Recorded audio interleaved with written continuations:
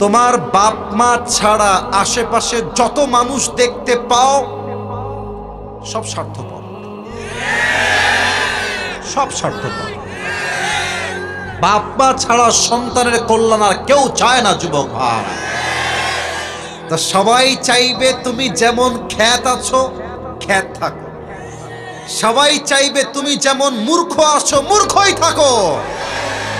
আর তোমাকে নিয়ত করতে হবে ये दिन दिन नहीं है, मुझे अपना दिन बदलना ही होगा। আমার দিন পরিবর্তন করতে হলে আমাকেই পরিবর্তন করতে হবে। আশেপাশের স্বার্থপর মানুষ আমার জীবন পরিবর্তন করতে পারবে না। তো যখন ফ্রেন্ড সার্কেল চেঞ্জ করবা, একটু দাড়ি রাখবা, টুপি পরবা, বলবে কিরে হুজুর, কিরে টিটকারি মারবে, বলবে কিরে ভালোই তো হুজুর হয়ে গেছিস আজকাল, 5 ওয়াক্ত নামাজ পড়ছিস, দাড়িও আছে, জঙ্গিবাদ হয়ে গেলে নাকি রে? বলবা হ্যাঁ আমি জঙ্গি হয়েছি, কয়েকজনকে মারবো আমি টার্গেট করেছি, তার মধ্যে তোর নামটা প্রথম লিস্টে আছে। আমার কলিজার টুকরা নওগাঁর ভাইয়েরা, দুনিয়ার মানুষ হচ্ছে এমন যে আপনার 99টা ভালো কাজ দেখেও আপনার প্রশংসা করবে না, একটা খারাপ গুণ পাইলে বদনাম করে ভরায় ফেলবে। আর আল্লাহ হচ্ছেন সেই সত্তা, যেই সত্তা আপনার 99% ভুলগুলোকে মাফ করে দিয়ে একটা গুণের জন্য আপনাকে জান্নাতি বান্দা হিসেবে কবুল করে নেবেন। এজন্য নিজেকে পরিবর্তন করতে চাইলে নিজের বন্ধুত্বকে চেঞ্জ করো। বেদিন তোমার বন্ধু হবে না, যে 5 ওয়াক্ত নামাজি দিনদার সে হবে তোমার প্রকৃত বন্ধু। যুবক ভাইরা ঠিক কিনা বলো? সর্বশেষ এটা বলে আমি আমার মূল তাফসীরে ফিরে যাব। আপনারা একটা নাম আমাকে বলবেন, আশা রাখছি আপনার নামটা জানেন, এটা অজানা কোনো নাম নয়। পাকিস্তানের একজন টপ ফেমাস ক্রিকেটার, যিনি আগে ছিলেন ক্রিকেটার, পরে হয়েছেন প্রধানমন্ত্রী, তার নাম কি বলতে পারবেন? Imran Khan, right answer. ওনার একটা কথা আমার কলিজায় লেগেছে, যেটা আমি 3 নাম্বার পয়েন্টে উল্লেখ করতে চাই। আগেই আমি বাংলায় বুঝাই দেই, তারপরে তার কথা আমি কোট করব। প্রিয় ভাইয়েরা, অতীত শুধুমাত্র শিক্ষার জন্য, বসবাসের জন্য না। মনে করেন আজকে শুক্রবার, আজকে একটা ভুল হয়ে গেছে, এটা অতীত। কালকে শনিবার শুরু হবে, আজকের শুক্রবার বসবাসের জন্য নয়, শনিবারে আমার শিক্ষা এইটা, শুক্রবারে যে ভুল আমি করেছি এটা আমি শনিবারে আর করব না। এবার ইমরান খান কি বলেছেন এটা আমি কোট করছি। উনি বলেন, अगर जिंदगी को समझना चाहते हो तो पीछे देखो, और अगर जिंदगी को जीना चाहते हो तो आगे देखो। माजी हमेशा सीखने के लिए होता है, जीने के लिए नहीं होता है, और प्रेजेंट हमेशा जीने के लिए होता है, और जो गलती पीछे हो गया उससे सीख के दोबारा जिंदगी को शुरू करने का नाम होता है प्रेजेंट। ठीक कि ना बोले? যা হয়ে গেছে হয়ে গেছে, ভুলে যাও।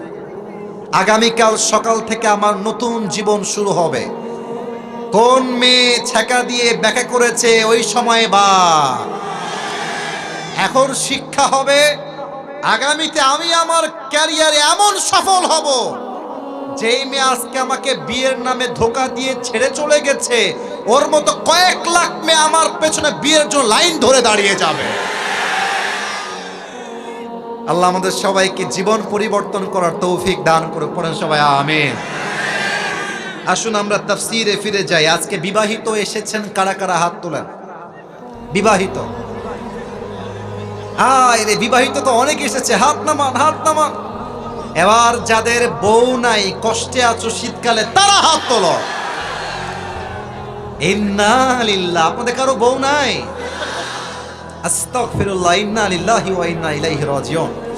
আমি মাঝে মাঝে একটা কথা বলি যুবকদের জন্য, যাদের বউ নাই তাদের জীবনে কিছুই নাই যুবক ভাইরা। আর এই শীতকালে যুবকদের শীত দূর হবে কম্বল দিয়ে না, ল্যাপ দিয়ে না, একমাত্র বউ দিয়ে যুবকদের শীত দূর হবে। আব্বা বোঝে না রে, আব্বা বোঝে না। আল্লাহ আব্বাজানদেরকে সঠিক বুঝ দান করে, পড়েন সবাই আমিন। তিনটা তাকবীর দিবেন। প্রথম তাকবীর দিবেন বিবাহিত ভাইরা, দ্বিতীয় তাকবীর দিবেন সিঙ্গেল ভাইরা। আমি দেখতে চাই কার গায়ের জোর কত ভালো। বিবাহিত ভাইরা একটা কাশি দেন, বিবাহিত ভাইরা কাশি দেন। সিঙ্গেলরা আজকে হেরে যাবে রে। দেখা যাক কারা জিতে। বিবাহিত ভাইরা তাকবীর দিবেন, সিঙ্গেলরা কিপ কোয়াইট, কিপ সাইলেন্ট, চুপ থাকেন। বিবাহিত ভাইরা তাকবীর দেন আমার সাথে, নারে তাকবীর। খুব সাউন্ড আছে মাশাআল্লাহ। এবার সিঙ্গেলদের পালা, সিঙ্গেলরা কাশি দাও। নারে তাকবীর। বিবাহিত ভাইরা আমাকে মাফ করে দিবেন, সিঙ্গেলরা জিতে গেছে। এবার সবাই মিলে শেষ তাকবীর দিবেন, এমন জোরে তাকবীর দিবেন যে আমি স্টেজ ভেঙে নিচে পড়ে যাব। কোনো ভাগাভাগি নাই, সবাই মিলে কাশি দেন। নারে তাকবীর। আল কোরআনের আলো, আল হাদিসের আলো,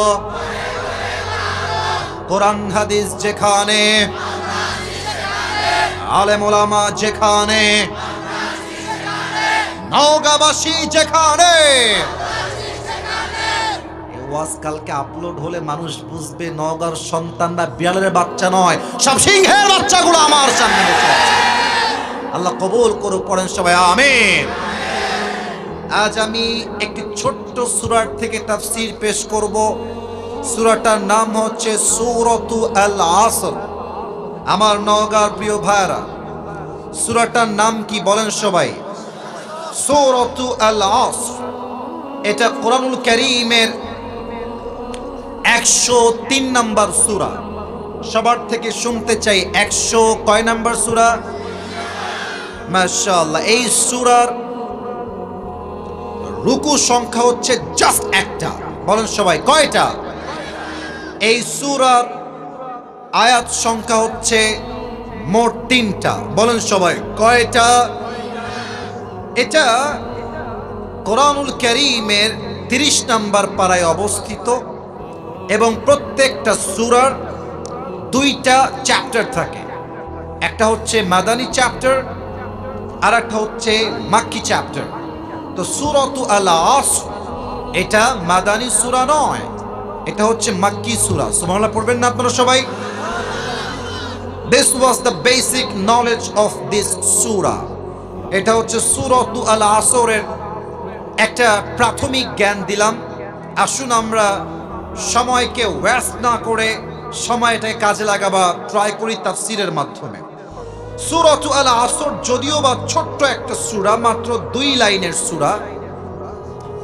আপনারা হয়তো এটা প্রবাদ বাক্য জানেন সবাই, আমি জাস্ট প্রথমটা বলছি, দ্বিতীয়টা আপনারাই বলবেন। আমরা মাঝে মাঝে বলি ছোট মরিচের,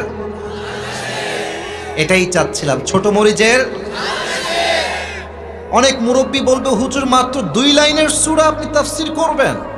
আব্বাজান, এটা হচ্ছে এমন একটা সূরা, এই সূরার ব্যাখ্যা যদি কেউ পড়ে, এর তাফসীর কেউ যদি পড়ে, এর ইন্টারপ্রিটেশন বা এক্সপ্লেনেশন কেউ যদি স্টাডি করে, সেটা অনুভব করবে মনে হবে আল্লাহ তাআলা যেন একটা ছোট্ট একটা ঝিনুকের মধ্যে পুরো একটা আটলান্টিক মহাসাগর ঢুকিয়ে দিয়েছে। সুবহানাল্লাহ। এর ব্যাখ্যা এতটা হাই ভলিউম, এত বিশাল ব্যাখ্যা ছোট্ট একটা এই সূরা। আসুন আমরা সূরার তাফসীর শুরু করি। আল্লাহ তাআলা বলছেন ওয়াল আসর। আসর দ্বারা উদ্দেশ্য হচ্ছে 3টা। আমি খুব বেশি ডান বাম করলাম না, সোজা ব্যাখ্যায় আসলাম। আল আসর দ্বারা উদ্দেশ্য মোট কয়টা? 1। আল্লাহ বলছেন by the passage of time, সময়ের কসম, ইতিহাসের কসম। আচ্ছা, আমরা যখন কোনো বিষয়ে কসম কাটি, আল্লাহর কসম আমি তোমারে ছাড়বো না, আর সেও তারে ছাইড়া দেয় টাকলাকে বিয়ে করে। আজকালকার মানুষ কসম দিয়েও মিথ্যা বলতে সময় নেয় না, যুবক ভাইরা, ঠিক কিনা বলেন? এবার বলেন তো, আমরা যখন কসম কাটি কার নামে কাটি? ডানে আসলেই সব স্ট্রং। বলেন সবাই, বামের ভাইয়েরা, কার নামে কসম কাটি আমরা? আল্লাহর নামে আমরা কসম করি, কিন্তু আল্লাহ এবার নিজেই কসম করছেন। তার মানে আমরা আল্লাহর নামে কসম করে এটা বুঝাই দেই যে আমি কিন্তু এই কথা মিথ্যা বলবো না, আমি কিন্তু সত্য বলছি। কসম কার?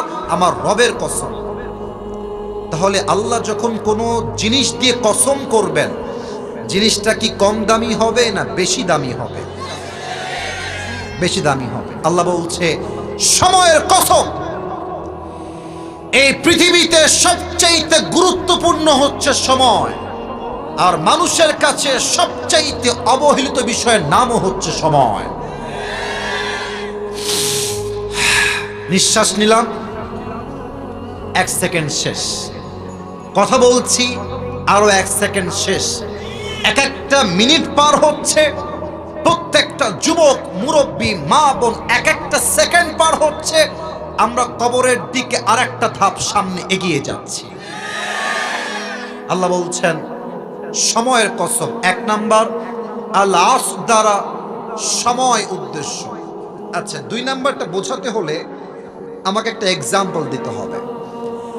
আল আসর মানে হচ্ছে নিংড়ানো, চিপড়ানো। আচ্ছা, লুঙ্গি ধুয়েছেন, লুঙ্গি তো লুঙ্গি আপনি চিপড়াবেন না আপনি?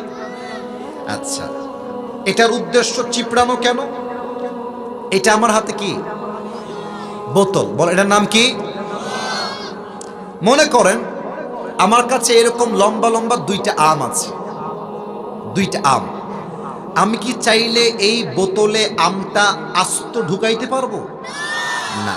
যদি আমি চাই যে আমের স্বাদটা আমি নিব, তাহলে আমি আমটাকে ব্লেন্ডার করে, 2টা আমকে ব্লেন্ডার করে আমের যেই নির্যাস আছে, যেই রস আছে, 2টা আমের সব রস আমি একটা বোতলে ভরতে পারবো।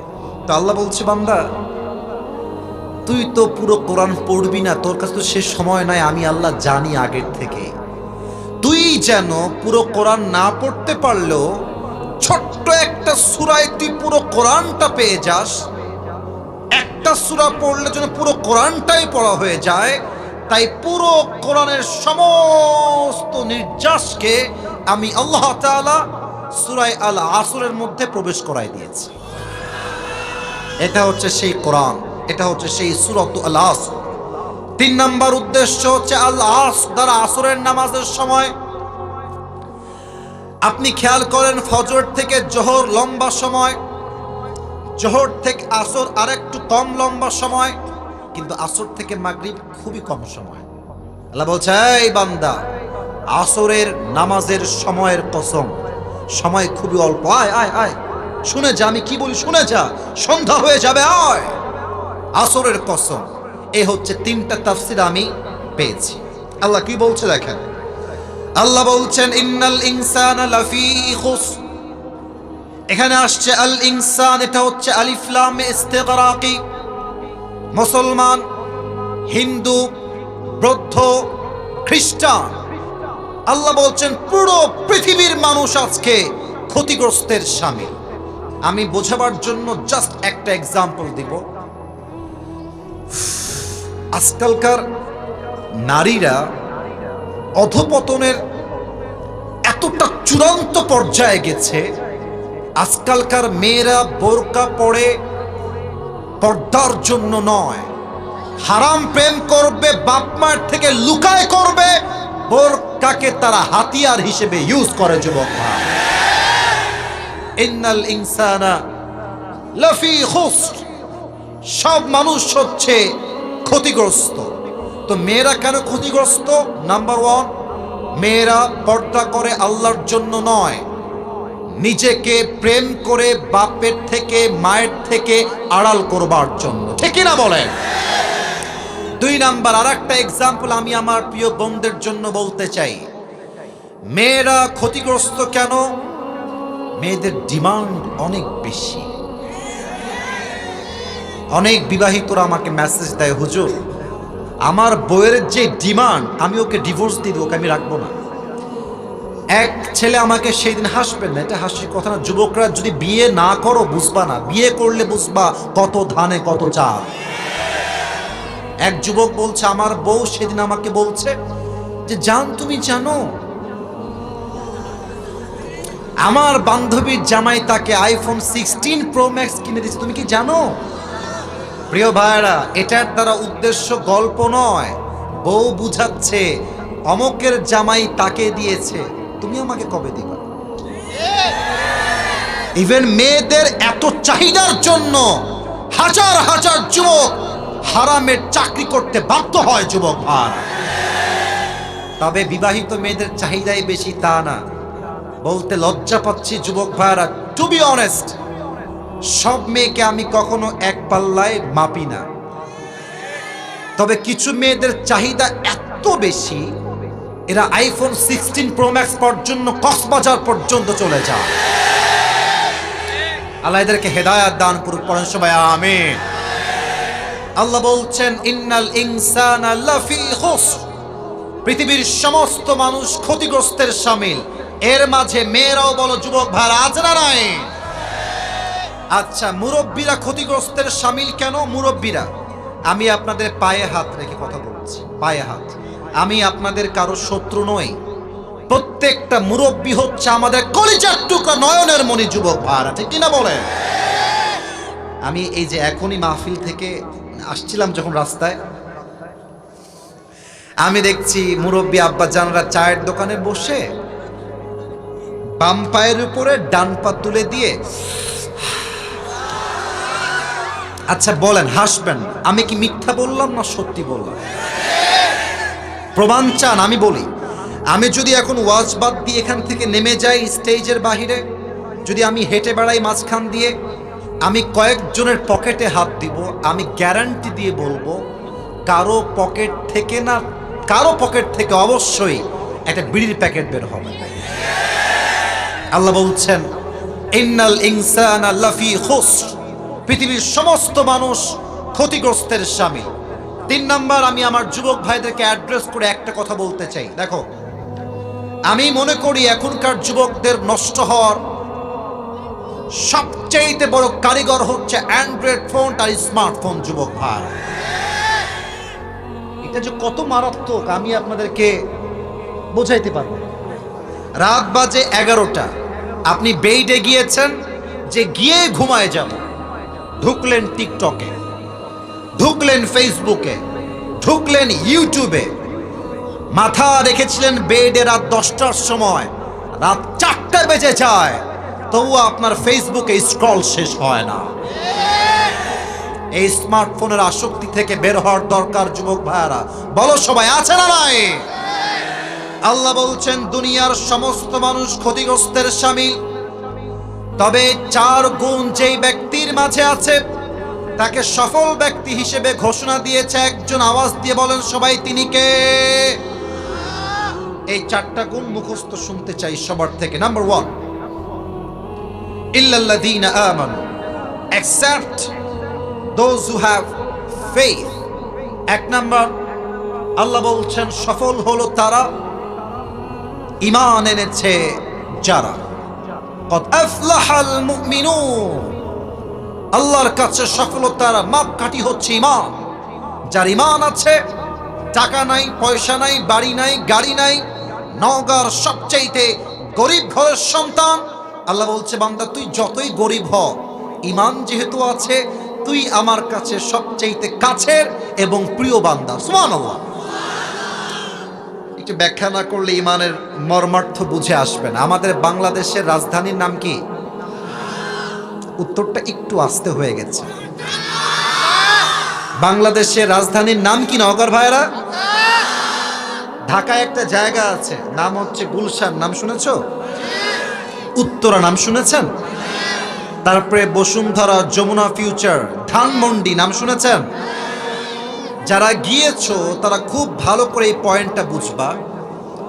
ঢাকার গুলশানে আমি যখন দাঁড়াই, কোনো কাজে যখন যাই, আমার খুব স্পষ্ট অলওয়েজ আমার মনে পড়ে যে ঢাকার গুলশানে আপনি জাস্ট 10 মিনিট দাঁড়াবেন, ঢাকার গুলশানে কোনো একটা মোড়ে 1 মিনিট পর পর দেখবেন BMW যাচ্ছে, মার্সিডিজ যাচ্ছে, রেঞ্জ রোভার যাচ্ছে, অডি যাচ্ছে, দামি দামি গাড়ির কোনো অভাব নেই।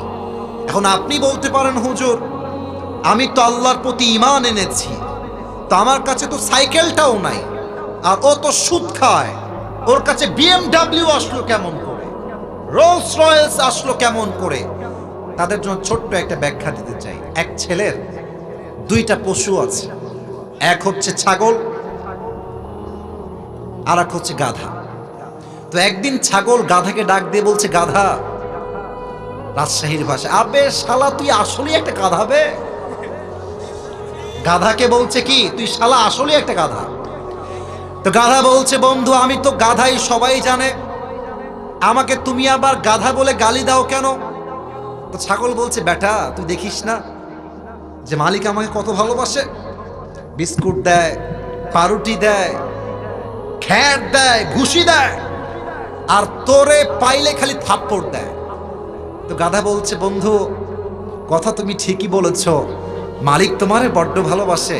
তো বন্ধু তুমি কি খেয়াল করেছো মালিক কি তোমাকে আগের থেকেই ভালোবাসতো না ইদানিং ভালোবাসে? ছাগল বলছে, বন্ধু তাই তো, মালিক তো আমাকে আগে ভালোবাসতো না, ইদানিং খুব বেশি ভালোবাসে। গাধা বলছে, বন্ধু একবার উপরের দিকে তাকাও, আকাশ দেখো। বলছে, কি হয়েছে বলো? বলছে, আকাশের দিকে তাকায় দেখো, সামনে কুরবানির চাঁদ উঠেছে, কয়েকদিন পরে তোমার জবাই হবে, তাই তোমাকে জনমের খাওয়া খাওয়াচ্ছে, খেয়ে নাও, সময় কিন্তু বেশি দিন আর বাকি নাই। যদিও বা আমার যত্ন কম, হয়তো আমি শাকসবজি কোনো মতো খেয়ে বেঁচে আছি, বাট আমার সময় সামনে এটা নয়, আমার সময় যেমন আছে চলবে, বাট তোমার সময় কিন্তু বন্ধু বেশি দিন বাকি নাই। অতএব সুদ খায়, ঘুষ খায়, টাকার মালিক, বাড়ির মালিক, ফ্ল্যাটের মালিক, ইমানদার বান্দার হতাশ হওয়ার কিছু নাই। ইমানদারের গন্তব্য দুনিয়া শেষ হবে, জান্নাতে গিয়ে সে পৌঁছে যাবে। আর সুদখোর ঘুষখোর দুনিয়াতে অনেক কিছু পাবে, বাট দুনিয়ার জীবন শেষ হলেই তার জন্য জাহান্নামের ফয়সালা হয়ে যাবে, ঠিক কিনা বলে? এজন্য আল্লাহ বলছেন, ইল্লাল্লাযীনা আমানু, আল্লাহর কাছে সফল বান্দা হলো সেই বান্দা যার হৃদয় ঈমান আছে 100 উপরে। তিনি কে? এক নাম্বার। দুই নাম্বার, ওয়া আমিলুস সলিহাত, and those who do good deeds, যারা ভালো আমল করে। এটার ব্যাখ্যা বোঝার জন্য ছোট্ট একটা এক্সাম্পল দেই। মনে করেন আমি আসিফ হুজুর এখান থেকে বের হয়ে গেলাম, বের হয়ে আপনাদের নওগাঁর সদরের সবচেয়ে বড় মডেল মসজিদে গিয়ে 80 রাকাত নামাজ পড়লাম তাহাজ্জুদ। এটা কোনো কমন ফ্যাক্ট না, আমাদের দেশের নেতারাই 80 রাকাত তাহাজ্জুদ পড়ে, কিন্তু তারা এখন বাংলাদেশ না ইন্ডিয়ায় পালিয়ে গিয়েছে। তা আমার কথা হচ্ছে, আপনি যদি এতই তাহাজ্জুদ গুজার হন, আপনার দিল্লি ভাগতে হয় কেন যুবক ভাইরা? 80 রাকাত নামাজ পড়লাম, 12টার সময় শুরু হয়েছে নামাজ, 4:30-এর সময় শেষ হয়েছে। 80 রাকাত নামাজ পড়ার পরে মাথায় চিন্তা আসছে, কি রে আমি তো ওযু করি নাই। বলেন 80 রাকাতের কোনো দাম আছে? আচ্ছা, আমার ডানে আমার মুরব্বী আব্বাজান বসে আছে, উনি মাহফিল থেকে বের হয়ে ওযু করলেন, সুন্দর করে পবিত্র হলেন, পবিত্র হয়ে একমাত্র কেবলামুখী হয়ে আল্লাহর সন্তুষ্টির জন্য 80 রাকাত নয় 2 রাকাত আদায় করলেন। এবার বলেন, আমার 80 রাকাতের দাম বেশি না মুরব্বির 2 রাকাতের দাম বেশি? কেন? এটা বেশি আমল নয়, এটা ভালো আমল। 29 নম্বর পারা 1 নম্বর পৃষ্ঠা সূরাতুল মুলকের 2 নম্বর আয়াত, আল্লাহ তাআলা বলছেন, আল্লাযী খালাকাল মাউতা ওয়াল হায়াতা লিয়াবলুয়াকুম আইয়ুকুম আহসানু আমালা। আমি আল্লাহ জীবন দিয়েছি, মরণ দিয়েছি, জাস্ট চেক করতে চাই তোমাদের মাঝে কে কত ভালো আমল করে আমার কাছে ফিরে আসে। সুবহানাল্লাহ পড়েন সবাই। আল্লাহর কাছে বেশি আমলের দাম নাই, হাদিসটা সবার মুখস্থ। আখলিস দীনাকা ইয়াকফিকা আল আমালুল কলিল। এই বান্দা, 100 রাকাত লাগবে না, 2 রাকাত পর ইখলাস নিয়ে পর। 100 রাকাতের চাইতে 2 রাকাতটা আমি আল্লাহর কাছে সবচাইতে দামি হয়ে যাবে, ঠিক কি না বলেন? আচ্ছা বলেন, যেই মাটিতে বসে আছেন এই কবরে যখন আপনাকে রাখা হবে, বাপ দাদার পরিচয় দিয়ে ছাড় পাওয়া যাবে? যাবে যাবে যাবে যাবে? একটা হাদিস বলছি, শেষ হাদিস। বলেন তো, নবীজির সবচেয়ে কাছে কলিজার টুকরা মেয়ের নাম কি ছিল? কেন ভয় পান? কেন ভয় পান? বলেন, নাম ছিল কি? রাদিয়াল্লাহু তাআলা আনহা। আর একটা প্রশ্ন করতে চাই, মুরব্বীরা, যুবকেরা অ্যাক্টিভ হন, জোরে উত্তর দেন। বলেন তো, ফাতেমার স্বামীর নাম কি ছিল? আলী রাদিয়াল্লাহু তাআলা আনহু। বাচ্চারাও পারে। শেষ প্রশ্ন, আশা করছি সঠিক উত্তর পাবো সবার থেকে। ওনাদের সংসার থেকে জাস্ট 2টা সন্তান দুনিয়াতে আগমন করেছিল। 1 নাম্বার হাসান, 2 নাম্বার মাশাআল্লাহ, I got the right answer from all the people. 1 number Hasan, 2 number. ভালো আমলের দাম কত বেশি এটা বোঝাবার জন্য এটা আমার শেষ ঘটনা, এটা আমার শেষ হাদিস। ফাতেমা রাদিয়াল্লাহু তাআলা আনহা একদিন বসে বসে রুটি বানাচ্ছেন। রুটি বানানোর জন্য দেখবেন আটা ছেনতে হয়, আটা। তো উনি বসে বসে আটা ছেনছেন, আলী ঘরে প্রবেশ করেছে। তো আলী খুব খেয়াল করে দেখছে ফাতেমা রুটি বানাবে, আটা ছেঁকছে। দেখছে ফাতেমার 2 চোখ দিয়ে অঝরে পানি ঝরছে, 2 চোখ দিয়ে পানি পড়ছে। তো স্বামী তো স্বামী হয়, স্বামী বইয়ের সব সহ্য করতে পারে, বাট বইয়ের 2 চোখের পানি সহ্য করতে পারে না, ঠিক কিনা বলেন যুবক ভাই? তো আলী দৌড় দিয়ে আসছে ফাতেমার কাছে, বলছে, ফাতেমা, তোমার চোখের কোঠায় পানি কেন? Why you are crying? তুমি কাঁদছো কেন ফাতেমা? ফাতেমা বলছে, কিছু নাই, সমস্যা নাই, আপনি আপনার কাজ করেন। অ্যাভয়েড করছে। আলী বলছে, না না, আমাকে বলো, আমি তোমার স্বামী, তোমার সুখের সময়ের সাথী আমি, দুঃখের সময়ের সাথীও আমি, ঠিক কিনা বলে? বলো তোমার কি হয়েছে? ফাতেমা বলছে, আলী, আজ যখন তাহাজ্জুদের নামাজের সময় ঘুমিয়েছিলাম, আমি আমার ঘুমের মধ্যে স্বপ্নে দেখলাম অন্ধকার রাত, বিশাল লম্বা একটা মাঠ, আমার আব্বাজান মাঠের মধ্যে দাঁড়িয়ে অন্ধকারে কি যেন হাত দিয়ে এমনে এমনে খুঁজতেছেন। আমি গেলাম, আব্বাজান, what you are searching for? আপনি কি খুঁজতেছেন আমাকে বলেন। আব্বা আমার দিকে তাকিয়েছে, আরে ফাতেমা, তুমি কই থেকে আসলা? আমি তো তোমাকেই খুঁজতেছিলাম। তো জোরে পড়েন সবাই মিলে সুবহানাল্লাহ। আব্বাজান, আমি এখানেই আছি, বলেন কি লাগবে আপনার? এবার আল্লাহর হাবিব ডাক দিয়ে বলছে, ফাতেমা, তুমি দুনিয়ার জমিনে আর বসবাস করো না, আমি বড্ড একা, তুমি আমার কাছে চলে আসো। এই কথা নবীজি বলেছেন, আর ফাতেমার ঘুমটা সাডেনলি ভেঙে গেছে। উনি ভাবছেন, স্বপ্নে আমি কি দেখলাম? এইটা আমার আব্বা আমাকে কবর থেকে ডাকছে, এর ব্যাখ্যা কি? যারা এখানে বসে আছেন স্বপ্নের ব্যাখ্যা শোনেন। যদি আপনাকে আপনার বাবা কবর থেকে ডাকে যে বাবা তুমি আমার কাছে চলে আসো, যদি আপনাকে আপনার মা কবর থেকে ডাকে যে বাবা তুমি আমার কাছে চলে আসো, এই স্বপ্নের ব্যাখ্যা এসেছে আপনার হায়াত বেশি দিন আর বাকি নাই। এটা হচ্ছে স্বপ্নের ব্যাখ্যা। তো আমাদের ব্যাখ্যা ভুল হলে হতেও পারে, বাট নবীজি যাই কবর থেকে ডাকছেন, নবীর ডাকা কি কখনো ভুল হতে পারে নওগাঁর ভাইরা? না, হতে পারে না। এটা ফাতেমার স্বপ্ন শুনে আলী বুঝে গিয়েছে যে আমার বউটা হয়তো আর বেশি দিন দুনিয়াতে থাকবে না। এবার আলী নিজেও কান্না শুরু করে দিয়েছে ফাতেমার সাথে।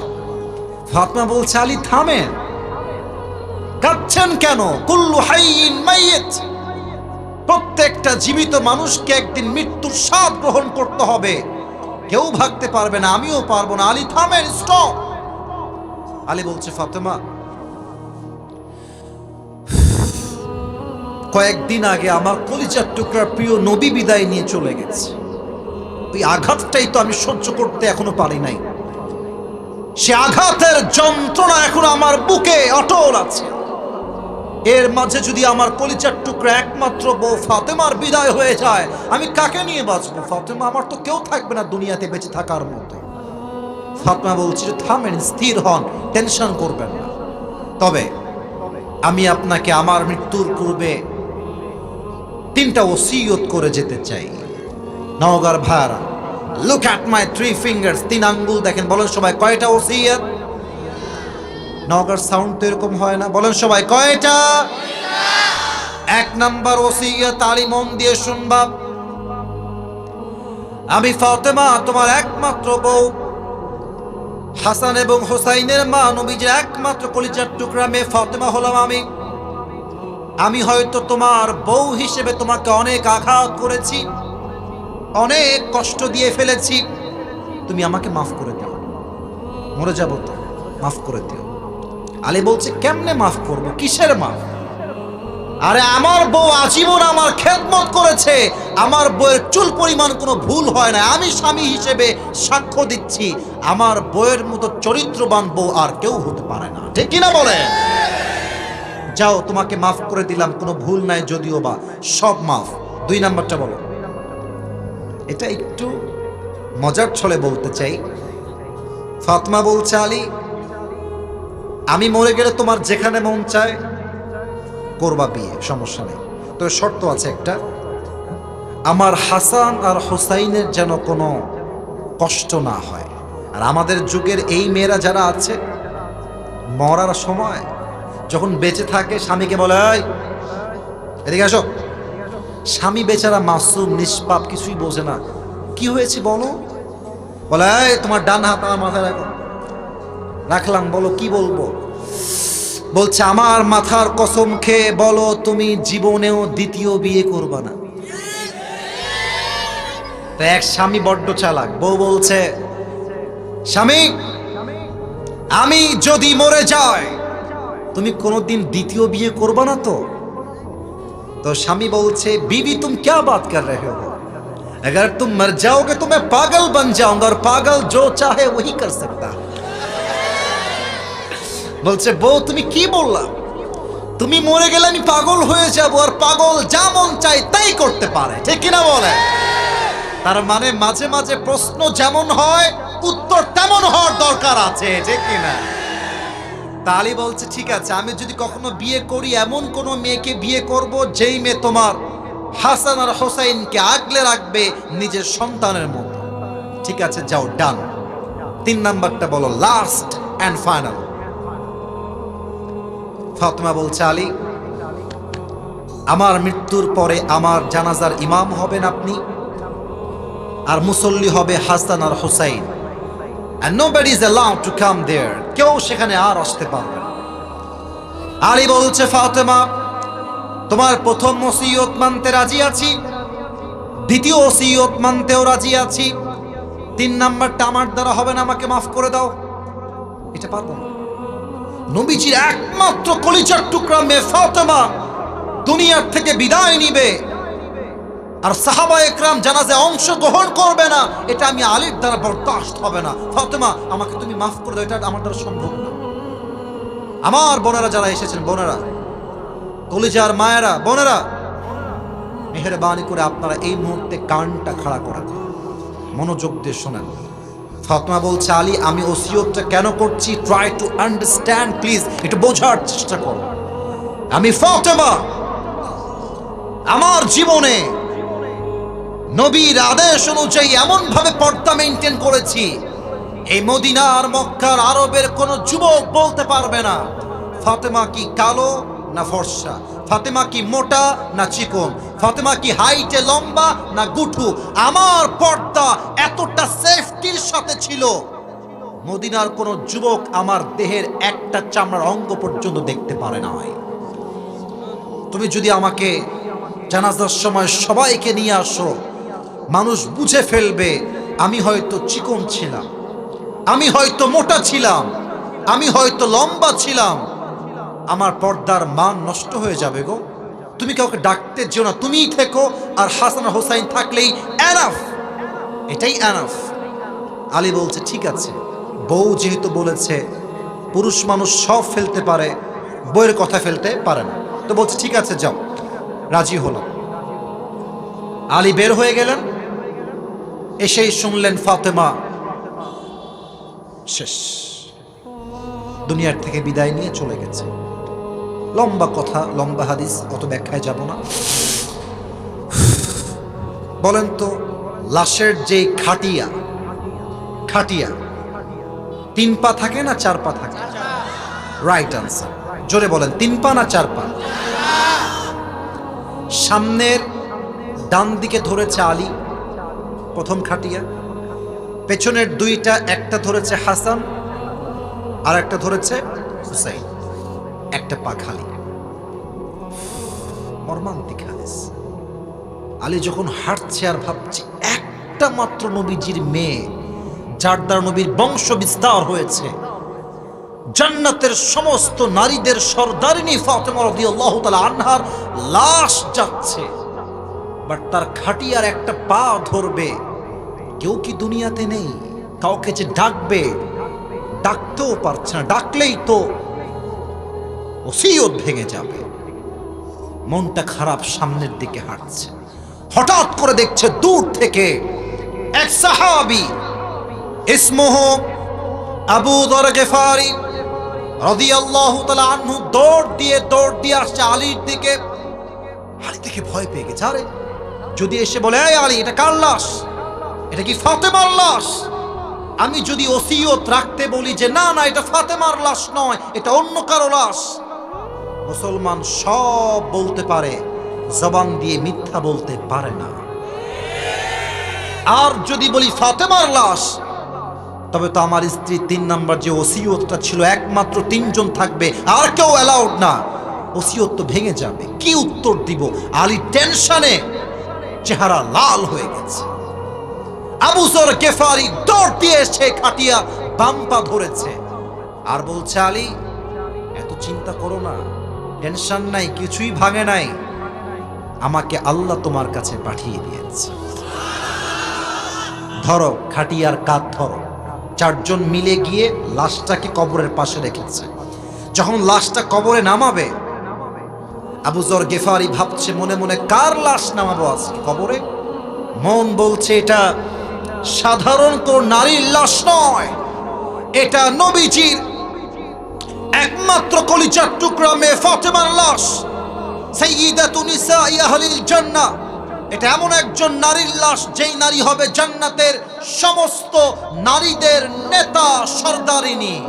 এটা এমন একটা মেয়ের লাশ, যেই মেয়ে হচ্ছে আমাদের যেই যুবকদের নেতা, আল হাসান ওয়াল হুসাইন সাইয়্যিদা শাবাবি আহলিল জান্নাহ, জান্নাতের সমস্ত যুবকদের সর্দার হাসান এবং হুসাইনের মায়ের লাশ।